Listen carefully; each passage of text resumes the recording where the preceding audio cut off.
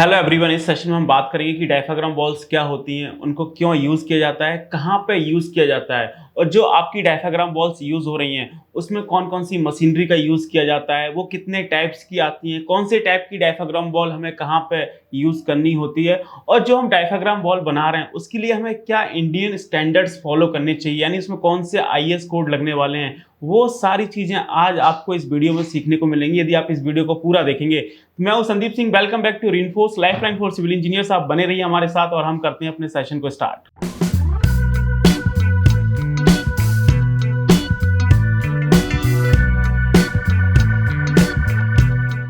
तो सबसे पहले हम बात करेंगे कि जो आपका डायफ्राम वॉल होता है वो क्या होता है। तो डायफ्राम वॉल आपका कुछ नहीं है, एक तरह से आरसीसी का वॉल है, रीइंफोर्स्ड सीमेंट कंक्रीट का। जैसे आपका रिटेनिंग वॉल होता है सेम उसी तरह से आपका डायफ्राम वॉल होता है, जो कि हम लोग डीप एक्सकवेशन में यूज करते हैं।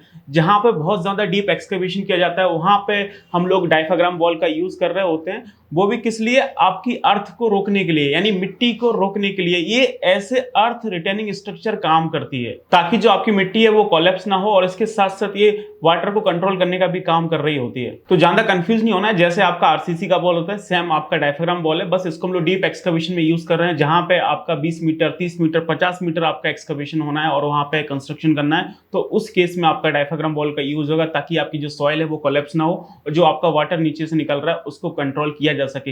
बाकी अगर आपको डिटेल में सीखना है, अभी भी आप कंफ्यूजन में है कि डायफ्राम वॉल और रिटेनिंग वॉल में क्या डिफरेंस होता है, तो आप लोग मुझे कमेंट करके बताइए। तो आने वाले सेशंस में हम लोग एक आपके लिए डेडिकेटेड वीडियो बना रहे होंगे जिसमें हम लोग डिस्क्राइब करेंगे कि किस तरह से रिटेनिंग वॉल और जो आपका डायफ्राम वॉल होता है उसमें डिफरेंस किया जा सकता है। और हाँ दोस्तों, आप सिविल इंजीनियर हैं और आप अभी तक स्ट्रगल कर रहे हैं बिल्डिंग प्रोजेक्ट्स, हाईवे प्रोजेक्ट्स और ब्रिज प्रोजेक्ट के site execution, quantity surveying, billing और प्लानिंग का काम डिटेल में सीखना चाहते हैं, या फिर आप बीबीएस सीखना चाहते हैं, तो आप नीचे दिए नंबर पर कॉल करके इंक्वायरी कर सकते हैं कि कब हमारे न्यू ऑफलाइन बैचेस आ रहे हैं, जो कि हमारे हेड ऑफिस दिल्ली में होते हैं। और यदि आप दिल्ली नहीं आ सकते हैं तो आप हमारा एप्लीकेशन रेनफोर्स डाउनलोड कर लीजिए, जहां पे आपको सारे ऑनलाइन कोर्सेज मिल जाएंगे बहुत ही रीजनेबल प्राइस में। तो जाइए एप्लीकेशन डाउनलोड करिए और अपनी स्किल्स को अपडेट करिए। बाकी आगे चलते हैं, बात करते हैं डायफ्राम वॉल के यूज के बारे में। तो आप मोस्टली देखेंगे जो आपकी डायफ्राम वॉल्स होती हैं वो आपकी अर्बन एरियाज में इस्तेमाल की जाती हैं, क्योंकि अर्बन एरिया होता है वो काफी कंजेस्टेड होता है, और अगर हम वहां पे डीप एक्सकवेशन करेंगे तो वहां पे सॉइल के कोलैप्स होने के चांसेस बहुत ज्यादा होते हैं। तो जो आसपास की बिल्डिंग है वो भी आपकी पूरी निबट रही होंगी,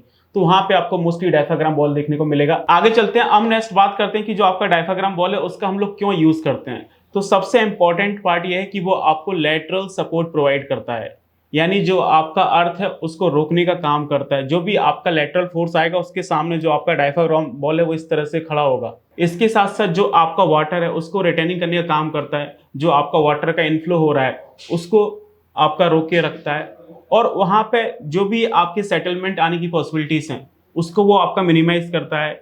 इसके साथ साथ जो आपके वाइब्रेशंस आते हैं उनको रिड्यूस कर रहा होता है। और जब हम डीप एक्सकवेशन करते हैं, जैसे कि आप अंडरग्राउंड मेट्रो बनाते हैं, तो वहां पे कितना डीप एक्सकवेशन होता है, तो आसपास कितना सारा बिल्डिंग बना होता है। आपको पता है अर्बन एरियाज में कितनी कंजेस्टेड जगह होती है, जगह ही नहीं है, तो वो सब कोलैप्स कर जाएगा।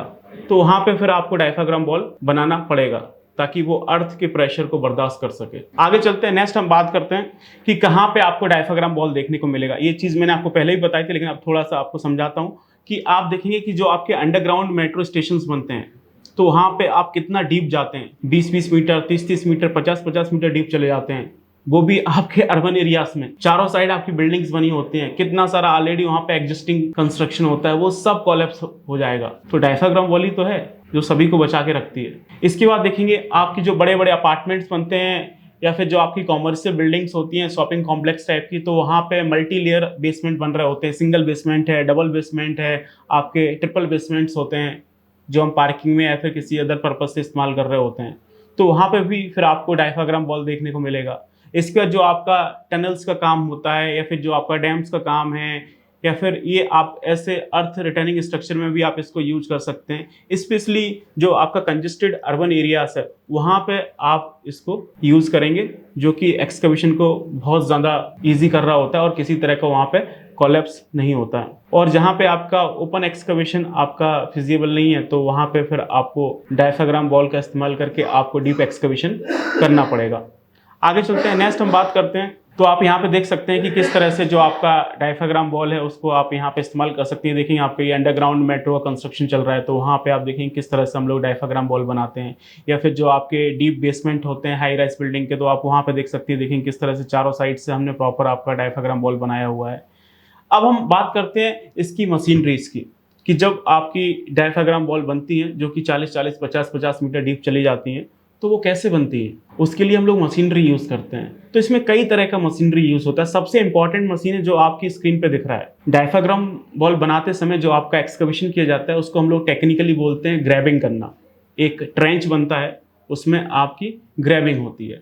तो ग्रैबिंग करने के लिए आपकी ग्रैबिंग मशीन आती है, जिसको हम लोग क्या बोलते हैं, हाइड्रोलिक ग्रैब बोलते हैं, और इसको हम लोग क्लैम सेल मशीन भी बोल सकते हैं, ठीक है ना। तो ये सबसे इंपॉर्टेंट टूल है हाइड्रोलिक ग्रैब मशीन, जो कि 50 मीटर तक एक्सकेवेट कर सकती है, या फिर थोड़ा सा आप टेक्निकली भाषा में बात करेंगे तो 50 मीटर तक ये आपका ग्रैब कर सकती है। और इसमें आपके अलग अलग साइजेस आपको मिल जाते हैं, जिसमें आप देखेंगे तो इसकी जो डेप्थ मैंने बताई कि वो आपकी 50 मीटर है, और अगर हम इसकी ब्रीथ की बात करें तो वो आपका 600 से लेके 1500 mm तक जा सकता है। अगर हम इसकी लेंथ की बात करें तो वो आपका 2 मीटर से लेके 3.5 मीटर तक आपका ग्रैब कर सकती है। तो ये इस मशीन की पावर है, जिसमें डेप्थ आपका 50 मीटर का है, जिसमें आपकी जो ब्रीथ है वो आपकी 600 से लेके 1500 mm तक की है, और जो आपकी लेंथ है वो आपकी 2 मीटर से 3.5 मीटर तक। इस मशीन से इजीली जो आपका ग्रैबिंग मशीन होता है, हाइड्रोलिक ग्रैब होता है, इसको आप क्लैम सेल मशीन भी बोल सकते हैं, इसका हम लोग यूज कर रहे होते हैं। सबसे इंपॉर्टेंट आपका ये मशीनरी है। इसके बाद देखेंगे जहां पे थोड़ा सा हार्ड रॉक आता है, ठीक है ना, हार्ड सॉइल है, हार्ड रॉक है, एकदम पत्थर टाइप का है, तो वहां पे हम लोग फिर ट्रेंच कटर का यूज करते हैं, हाइड्रोफ्रेंस भी इसको बोलते हैं। तो वो आपके जो बीच में आपकी कोई रॉक वगैरह आ रही है तो उसको हम लोग इस मशीन के थ्रू कट कर रहे होते हैं। बाकी नॉर्मली हम लोग इसी मशीन का यूज करते हैं, हाइड्रोलिक ग्रैब मशीन का। आगे हम बात करेंगे, जब हम इतना बड़ा वहां पे ट्रेंच एक्सकवेट करने जा रहे हैं तो जो आपका सॉइल है वो आपका कोलैप्स हो सकता है। जैसे आपका पाइलिंग का काम होता है, सेम उसी तरह से आपका जो डायफ्राम वॉल है उसकी ट्रेंचिंग का काम किया जाता है, यानी एक्सकवेशन का काम किया जाता है। तो जो सॉइल है वो आपकी कोलैप्स हो सकती है, तो उसके लिए हम लोग जो आपका बेंटोनाइट सलरी है उसका इस्तेमाल करते हैं, या फिर जो आपका पॉलीमर बेस आपकी सलरी आती है उसका इस्तेमाल किया जाता है, जो कि आप के एक्सकवेशन के साथ साथ इसमें पानी में मिक्स करके डाला जाता है एक प्रॉपर विस्कोसिटी के साथ में, जो आसपास की सॉइल है उसमें ये चिपक जाती है और उसको स्टेबिलिटी प्रोवाइड करती है, ताकि जो आपका ट्रेंच यहाँ पे एक्सकवेट किया जा रहा है वो आपका कोलैप्स नहीं होता है। इसके बाद आगे देखेंगे आपका ये ट्रिमी पाइप होता है, जो कि हम लोग कॉन्क्रीटिंग के लिए इस्तेमाल करते हैं, ठीक है ना। आपका प्रॉपर ट्रिमी पाइप लगता है, ऊपर आपका हॉपर आता है और आरएमसी प्लांट से आपकी कंक्रीट आती है ट्राइट मिक्सचर्स में। तो ये पूरा प्रॉपर नीचे से आपकी कंक्रीटिंग की जाती है, इससे पाइलिंग होती है, नीचे से ऊपर कंक्रीट होती है। सेम इसमें भी आपका ट्रिमी पाइप के थ्रू नीचे से हम ऊपर तक कंक्रीट करते हैं, और जो भी आपका बेस्ड सैलरी होता है या फिर जो भी आपका बेस्ड सॉइल होता है वो सब साइड से आपका निकल रहा होता है लिक्विड फॉर्म में। आगे चलते हैं, हम लोग नेक्स्ट मशीनरी की बात करते हैं। तो वहाँ पे आपको एक डिसेंटर यूनिट मिलेगा जो कि वेंटिनाइट को क्लीन करने का काम करता है। तो इस तरह से काफ़ी सारी मशीनरीज हैं जो आपको वहाँ पे देखने को मिलेंगी। आपकी ये क्रेन्स होती हैं जो कि आपको रीइंफोर्समेंट होता है, उसको जो आपने ट्रेंच एक्सकवेट किया है वहाँ पे आपको प्लेस कराने के लिए काम आता है, क्योंकि इसका हैवी रीइंफोर्समेंट बनता है, तो उसको प्रॉपर ट्रेंच में प्लेस कराना है, तो उसके लिए आपकी बड़ी बड़ी हाइड्रोलिक क्रेन्स लगती हैं जो इसको प्रॉपर रीइंफोर्समेंट को वहाँ पे प्लेस कराती हैं। आगे चलते हैं, नेक्स्ट हम बात करेंगे टाइप्स ऑफ डायफ्राम वॉल्स कि कितने तरह की आपको डायफ्राम वॉल्स देखने को मिल सकती हैं। तो उसमें सबसे पहले आता है आपका स्ट्रक्चरल डायफ्राम वॉल्स, जो कि लोड बेयरिंग के लिए यूज होती हैं, जो आपका अर्थ प्रेशर उसको काउंटर करने का काम करती हैं। उसके बाद आती हैं आपकी कट ऑफ वॉल्स, जो कि ग्राउंड वाटर को कंट्रोल करने का काम करती हैं। उसके बाद आती है सिकेंट पाइल वॉल्स, जो कि ओवरलैपिंग बोर पाइल्स की तरह काम करती हैं। इसके बाद आती हैं आपकी सरली वॉल्स। इसके बाद आपकी आती हैं सैलरी वॉल्स, जो कि टिपिकली आपका जो अनरीइंफोर्स्ड स्ट्रक्चर बनता है वाटर को कंट्रोल करने के लिए, वहाँ पे हम लोग इस्तेमाल कर रहे होते हैं। आगे चलते हैं, नेक्स्ट हम बात करेंगे इसके आईएस कोड के बारे में कि जो आपका डायफ्राम वॉल बनता है उसमें हम लोग कौन कौन से इंडियन स्टैंडर्ड का इस्तेमाल करते हैं। तो सबसे पहले आपका आता है IS 9527, जिसमें पार्ट फर्स्ट और पार्ट सेकेंड है, जो कि हम लोग यूज़ कर रहे होते हैं guidelines on diaphragm wall design and construction के लिए। इसके बाद एक आपका IS 4651 आता है, part fifth 4 port returning structure के लिए इस्तेमाल होता है। इसके बाद एक आपका ब्रिटिश स्टैंडर्ड का कोड आता है EN 1538, जो कि एग्जीक्यूशन ऑफ डायफ्राम वॉल के लिए इस्तेमाल होता है। आप डिटेल में इंफॉर्मेशन के लिए इसको पढ़ सकते हैं। आगे चलते हैं, नेक्स्ट हम बात करेंगे एडवांटेजेस ऑफ डायफ्राम वॉल।